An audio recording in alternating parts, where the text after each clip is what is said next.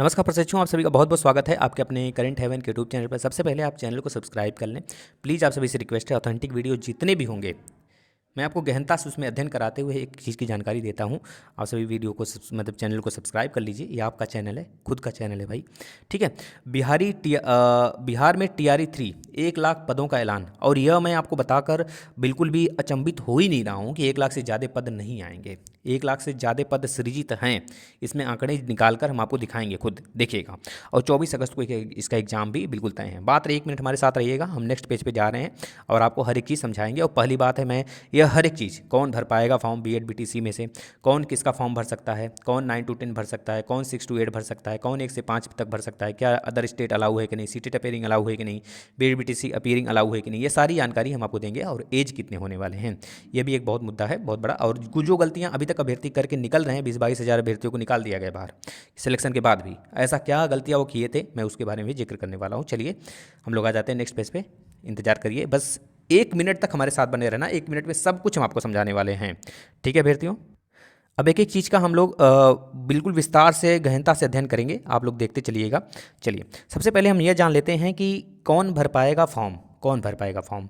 अगर 1 से 5 तक की अगर मैं बात करूं, 1 से 5 तक की अगर मैं बात करूं, तो इसमें केवल और केवल BTC वाले बच्चे भर पाएंगे, लेकिन उसके लिए इनका सीटेट निकला होना चाहिए। सीटेट का फर्स्ट पेपर, सीटेट का प्रथम पेपर निकला होना चाहिए, यानी कि फर्स्ट पेपर सीटेट का इनका निकला होना चाहिए, या फिर यह वहाँ के जो बिहार का टेट है यानी कि BTET वो क्वालिफाई होना चाहिए। अभी फिलहाल में तो हो नहीं रहा है BTET, लेकिन पहले के अभ्यर्थी अगर BTET क्वालिफाई हैं तो 1 से 5 तक वो प्राइमरी के लिए एलिजिबल हैं, BTC के साथ सीटेट फर्स्ट या फिर BTET, ठीक है भाई, ये थी जानकारी। और हाँ, BTC बिल्कुल क्लियर होनी चाहिए अगर आप अदर स्टेट के हैं तो, डिग्री आपके पास होना चाहिए। और जो अपीयरिंग की बात किया जा रहा है BEd BTC, वो केवल और केवल वहाँ के राज्य के द्वारा किया जा रहा है। राज्य में जो अभ्यर्थी हैं उनका एग्जाम जल्द करा लिया जाएगा कि TRE 3 में वो बैठने पाएँ, ठीक है ना। अदर स्टेट वाले बच्चे एक तरह से डिमांड मांग कर सकते हैं कि हमारा भी एग्ज़ाम जल्द कराया जाए। वैसे यह अदर स्टेट को एक तरह से अलाउ, मतलब वह उनका एक तरह से प्रोग्राम अलग होगा, इनका प्रोग्राम अलग होगा, हो सकता है ना कराएं अदर स्टेट में, लेकिन बिहार में ऐसा कुछ हमको देखने को मिलेगा, अपीयरिंग वाले बच्चे अलाउ हैं। और 6 से 8 में क्या होगा बच्चों, 6 से 8 के लिए वो अभ्यर्थी अलाउ होंगे जो सीटेट सेकंड पेपर पहले तो क्लियर होना चाहिए, सीटेट सेकंड पेपर आपका क्लियर होना चाहिए, यह चीज़ दिमाग में रखना है। और रही बात 6 to 8 के लिए जो बच्चे BEd हैं वो भी अलाउ है, BEd के साथ सीटेट फर्स्ट और BTC के साथ भी सीटेट, सॉरी सेकंड, BEd के साथ, सॉरी BEd के साथ सीटेट सेकंड और BTC के साथ भी सीटेट सेकंड अगर आपका क्लियर है पेपर, तो आप 6 to 8 के लिए जूनियर के भी लिए अलाउ हैं।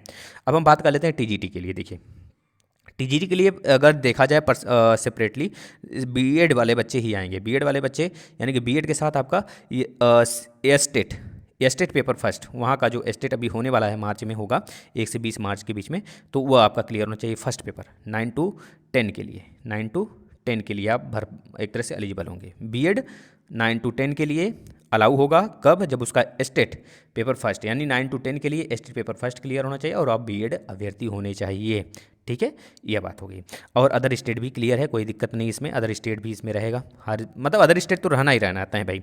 इसके बाद BEd के साथ अगर आपका स्टेट पेपर सेकंड आपका क्लियर है, स्टेट पेपर सेकंड आपका क्लियर है, तो 9 to 10 हो गया। इसके बाद 11 to 12 आप एलिजिबल होंगे। ये तो रहा एलिजिबिलिटी की कहानी। और रही बात एज की, तो एज की बात मैं बता देता हूँ, 40 साल, 40 साल, मतलब कि आपको अगर जनरल हैं तो 40, अगर महिला हैं वर्ग के से आते हैं, अगर अदर मतलब कि एक तरह से कैटेगरी वर्ग से हैं भी, वहाँ के बिहार के कैटेगरी वर्ग से हैं, तो आपको मान लीजिए वहाँ उसमें छूट मिलेगा, ठीक है भाई, ये जानकारी होगी।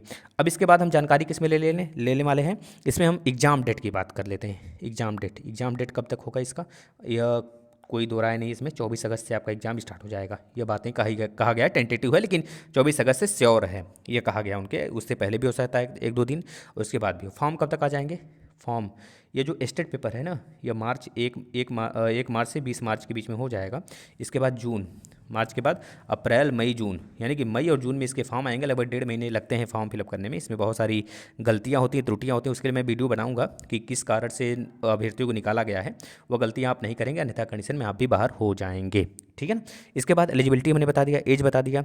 इसके बाद सीटेट अपीयरिंग वाले के लिए कोई, इसमें सीटेट अपीयरिंग, हाँ इस पर बात कर लेते हैं। जो सीटेट अपीयरिंग की बात कर रहे हैं बच्चे, सीटेट अपीयरिंग, तो इसमें डायरेक्ट कहा गया है CTET appearing no allow, no allow, no allow, no allow, सीटी टेपेरिंग कोई इसमें जगह नहीं है कुछ सीटी टेपेरिंग वालों का।